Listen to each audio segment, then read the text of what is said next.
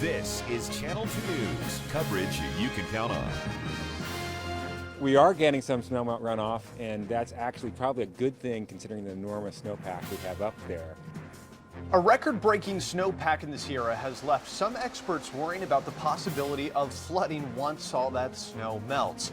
We'll show you how the weather would need to cooperate in order to help mitigate those flooding concerns in tonight's Channel 2 News Big Story at 5 o'clock. And with the warm temperatures that we've seen this week, the snowpack has already begun to melt just a little bit, and it's doing so more rapidly than it normally would around this time of year. Good evening, I'm Landon Miller. And I'm Ariana Bennett in for Kristen tonight. Thank you for joining us.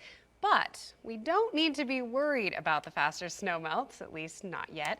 Ryan Kennedy joins us now live near the Truckee River at Rock Park to give us a better idea of what we can expect from the water runoff this year. Ryan?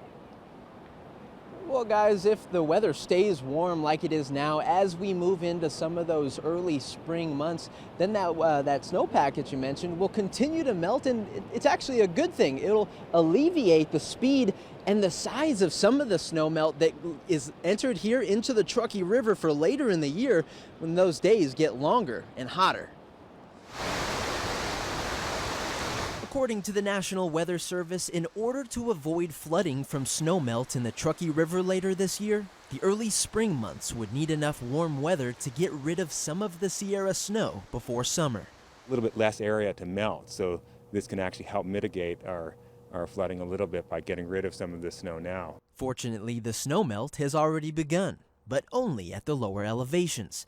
In fact, the rate of the snowmelt is currently larger than normal at this time of year, but not yet at a dangerous level since the higher elevations haven't had any runoff. We're very worried about seeing like 1 to 2 inches a day of snowmelt. Bardsley says it's difficult to get those higher elevation flows during March and April because the energy of the sun isn't quite what it is during the summer months.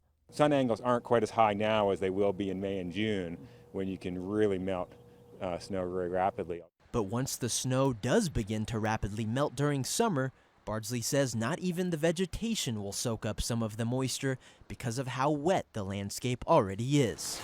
And that has a lot to do with the soil moistures, which are very wet right now from all the rain and snow events we've had this winter, so we are expecting a very efficient runoff. For now, it's all a big game of what if.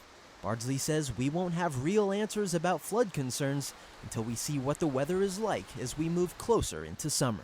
What the weather's like here on for the next 6 weeks is going to be an enormous factor in whether we have kind of minor snowmelt flooding issues or very major snowmelt flooding issues.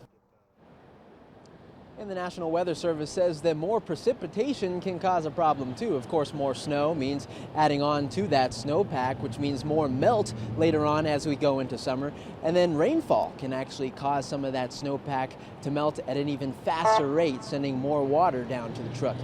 Covering the story live at Wingfield Park, Ryan Kennedy, Channel 2 News. All right, Ryan, thank you. So